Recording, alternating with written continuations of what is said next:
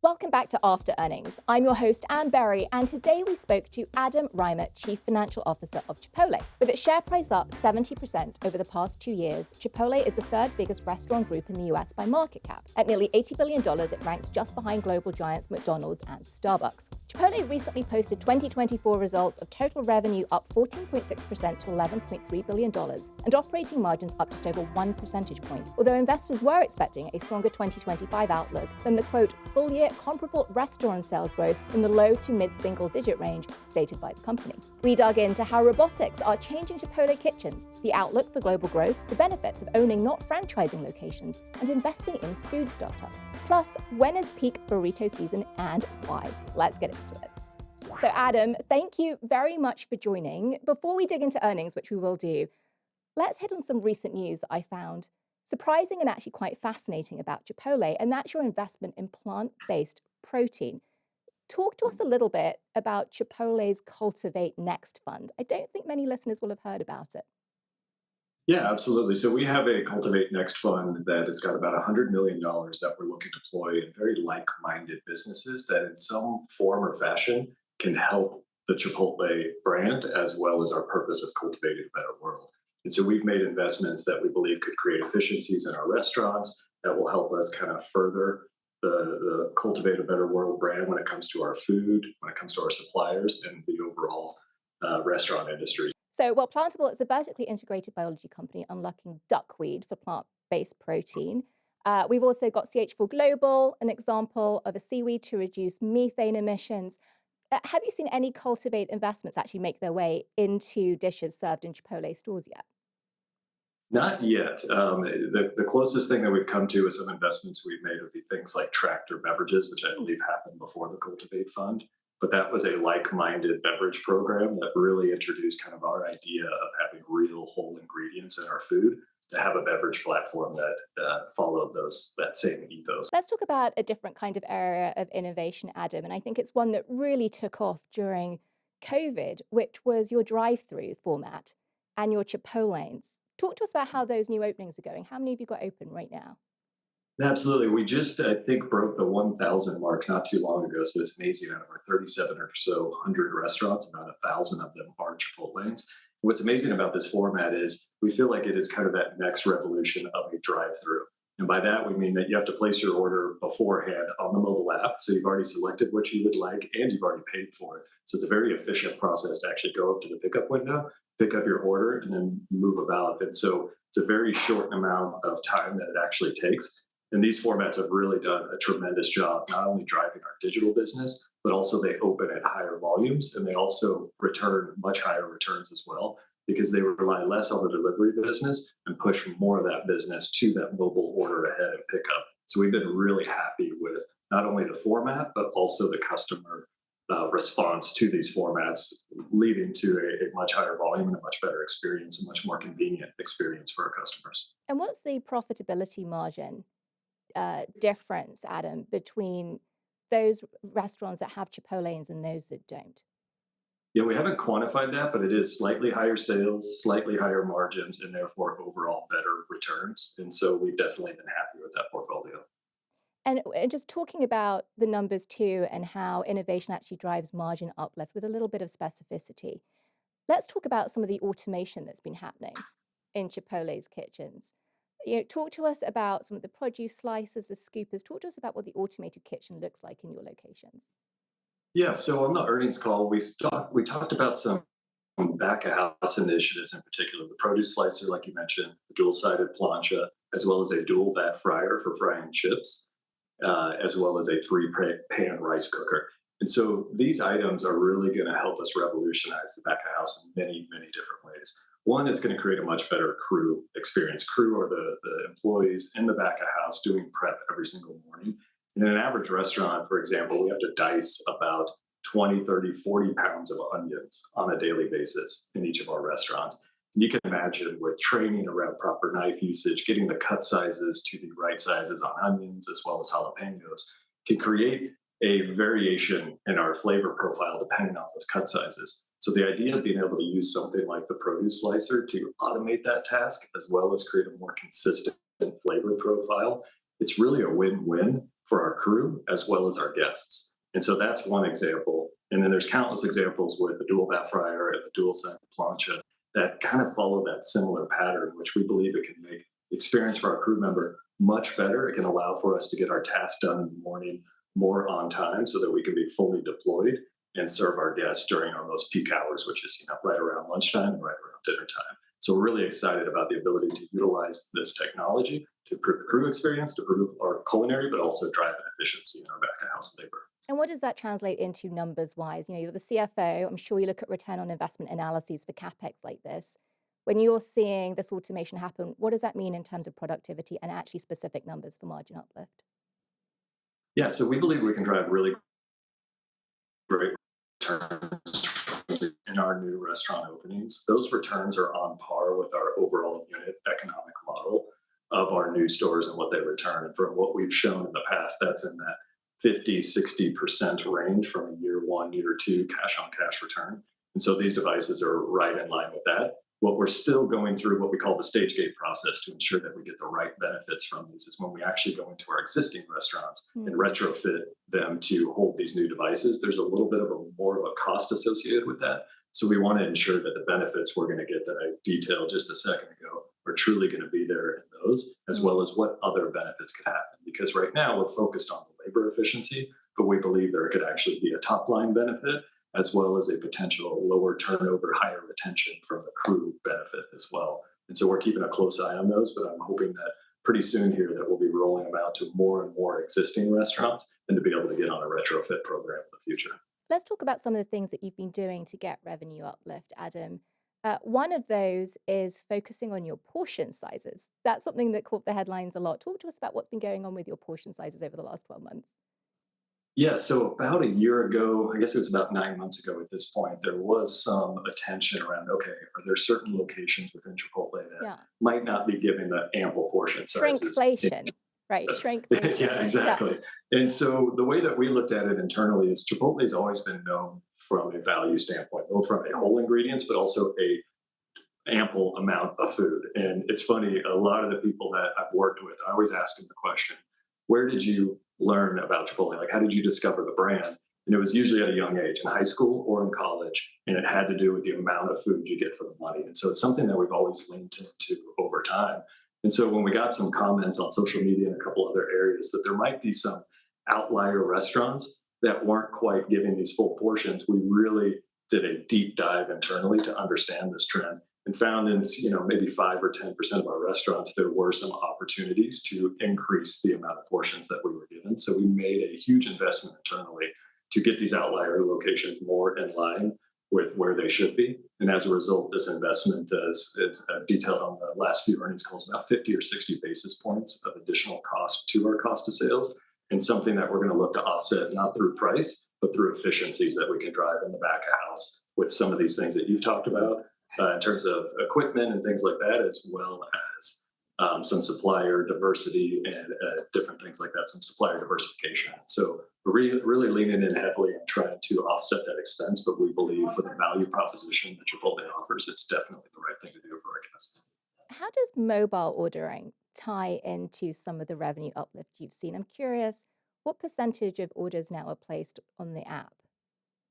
Yeah, about 34-35%. So somewhere in that mid 30s of our sales are coming through our digital channels. So this would be through our app or through marketplace apps like DoorDash and Uber, as well as catering. And so what we've seen, especially around COVID, I mean, that number really spiked during COVID. Since then, it's kind of settled in that mid 30% range. And it's really just offered another amazing convenience for our guests, whether they're coming into our restaurants to pick it up themselves, going through a Chipotlane in one of those locations, or ordering our food through delivery. And I think that convenience has really just been another layer of growth that we've been able to add to Chipotle all these years. And how much margin are you gaining or losing through that delivery model? If I think about the Yeah, delivery fees, how are you handling that?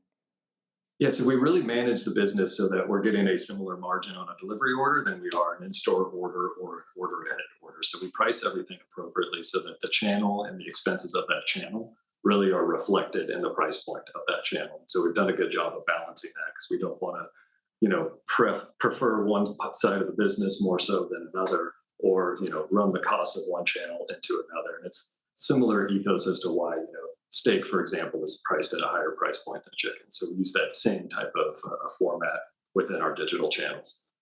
When I look at some of your peers, Sweetgreen's an example that springs to mind. They made a strategic decision to try to automate almost completely the fulfillment of orders that were placed online. Is that something that Chipotle is considering as well? I think we'll only do that on the digital line. And the reason for that is because we really love the experience that you have when you come through the line at Chipotle. Speaking to an actual employee, having that conversation as you walk through the line, seeing the food in front of you that's ready to be served, as well as the food behind that line being cooked on our planchas and everything kind of happening live in an open kitchen type of format. So I don't believe from an in-store experience you'll see any of that automation come through in terms of a serving of the actual food. However, for that 35 or so percent of our business that comes through digital, there are a lot of opportunities there where we can automate that line that we're working on right Let's talk about the same store sales guidance that you provided in the earnings, Adam. It was a little bit weaker than was expected by analysts, and we saw the Chipotle share price drop off a bit as a result of that. And you've had a great run. You have had a great run in your share price, and they were strong earnings. But that outlook seemed to make the analyst community, at least the investor base, a little bit nervous. What's your response to that? What do you think of that now. reaction? Yeah, it's been a interesting start to the year for the industry. And I say that because there was a few things going on. First was the calendar shift. And so New Year's Day and Christmas Day fell in the middle of the week versus in the year before it fell earlier in the week. So with New Year's Day falling in the middle of the week, that kind of pushed the back to work, back to school several days to even a week, depending on where it is that you work or what college or university or even high school that you attend. All of those got pushed a little bit. So that kind of created a tough start to the year. And then we had weather event after weather event after weather event that affected Chipotle as well as affected the entire industry. And so you probably heard in the earnings call, I called out about a 400 basis point headwind. So 4%, detriment to our sales in January, just related to weather as well as a little bit related to the calendar shift. And then an even smaller amount related to the wildfires that we had here where I am in California. And so those items created just a really tough start to the year. And then as we started to push kind of our underlying trend forward, we'd also recognize that Easter, for example, is pushed a little bit later this year. Last year it was in March. This year it's going to be in April. There's something about Chipotle and the burrito season, as we call it, where our sales step up every single week throughout February, March, and April. And one of the big triggers for that spring seasonality is, in fact, Easter. And it's crazy. The busiest Monday that we'll have in the entire year is the day after Easter. And so there's just something funny that happens with Easter and really pushing the seasonality up. And so when Easter gets pushed a little bit later in the year, that causes that delay to happen as well. And so the way we looked at it is we had a couple of these headwinds, really tough start as it relates to weather, as well as some of the things outside of our control as well, like Easter being pushed a little bit later, that caused us to want to bring that expectation down just because it's going to be a slow start to the year. But on the flip side, couldn't be more confident in our marketing plan that we have this year, as well as our limited time offer plan. So we're really excited about once these factors outside of our control subside, that we've got a really strong plan for the year and we can drive positive transactions for yet another year here at Chipotle. Do you have any idea why? Look, with all the data that you collect, right, with your sophistication around mobile, why is Easter peak burrito season? Yeah, it's something I've been with Chipotle for a really long time. I Yeah, mean, 16 years now at this point. And it's something that we talk about a lot internally, especially when others join the brand yeah. from, wherever they were before. And it's always top of their mind. And the way that we kind of look at it is as daylight starts to stretch Oh. a little bit longer, patios are starting to open up. People want to get out and Mm. about more. There's something about Chipotle that makes them want to eat at Chipotle more and more. And so we do peak from a seasonal standpoint somewhere in that like April, early May timeframe, Huh. and then settle in slightly lower than that in the summer. But there's just this pent up demand for getting out and about and actually enjoying Interesting. daylight and warmth that I think that just makes everyone want to come to Chipotle during that time. And it's something that we've followed not only the 16 years I've been here, but the 30 plus years that we've been in business. It's interesting actually because it sort of speaks to the weather, and that makes me think a little bit about your international growth strategy and the climates of the kinds of countries that Chipotle is growing into. Uh, you're in Canada, you're in the UK, you're in France, Germany, and Kuwait currently. Are there any other international markets that Chipotle is targeting for expansion into? No, I think you nailed them. At this point, we've been in Europe for over 10 years or so. We've been in Canada about that same amount of time. And so we've really grown that presence. And then more recently, over the last few years, we've entered the Middle East through a partnership with the Al Shaya Group, which has gone really, really well. I think we're up to about 4 restaurants at this point, and is looking to grow that even further this year. No plans for Asia? Not at this point. It's definitely what I would consider kind of one of those top tier markets in terms of what would potentially be next. I think we mentioned that on the call, as well as potentially Latin America. And so we're looking at certain areas where we know the Chipotle brand will resonate well as areas where if we don't want to enter from a company owned perspective, like we have in Canada as well as Western Europe, if we were to enter with a partner who are the best partners and where are they operating. And that's what we saw with the Al Shaya Group. Partnering with them was a really great match. And so we're looking for kind of that top tier market as well as those top tier partners that we can enter either with a joint venture or a more licensed approach like we did in the Middle East. You just said something that caught my attention too, which is that you are owned and operated in Canada, North America, and Europe. You're actually the only restaurant company of your size that operates on that model. Others are using a franchise model. Why have you stuck to the owned and operated model in North America and Yeah, Europe? it's really such a position of strength for us. I mean, first and foremost, it comes down to our food and us being able to control our supply chain, really ensuring that we, over that time, made so many significant investments in our food. And to be able to get to 53 real ingredients in our food took a lot of investment, even, at times where it felt like, okay, this is going to increase the cost of our sales, but we're going to play the long game on this because we believe it's the right thing to do for our customers. We believe it's the right thing to do for the flavor profile of the food. In a franchise system, that's a much tougher argument to make. And so that was one of the early strengths. As we're looking to it now, one of the things that we love to talk about is our opportunity within each of our restaurants. And so when you own your own restaurants, you have the ability to create an amazing career path. And so we called this out on the last earnings call where we talked about we now have 5 of our regional vice presidents. And this is a position that oversees 5, 6, or 700 restaurants that started as crew members. And so the most entry level position at Chipotle moved their way up to be able to oversee that many restaurants is truly remarkable and can only be accomplished when you own and operate your own restaurants. So that's just a couple of examples where it really shows the power of being able to create those, internal drives that it would be really difficult in a franchise system. So I could go on and on, but we believe it is a very, very big position of strength to be able to own and operate our restaurants and make those decisions for our restaurants, as well as provide those opportunities for our crew. And then just a really big picture question for you, Adam, which is around the overall company strategy. Will we see a day where Chipotle acquires or launches completely new brands? And the reason I ask that question is we have seen new formats come at least to the US market, whether it's Sweetgreen that's been very successful, whether you've got Carver, which is bringing Mediterranean food to the market. Could we see you guys buying brands like that or launching non-core Chipotle formats?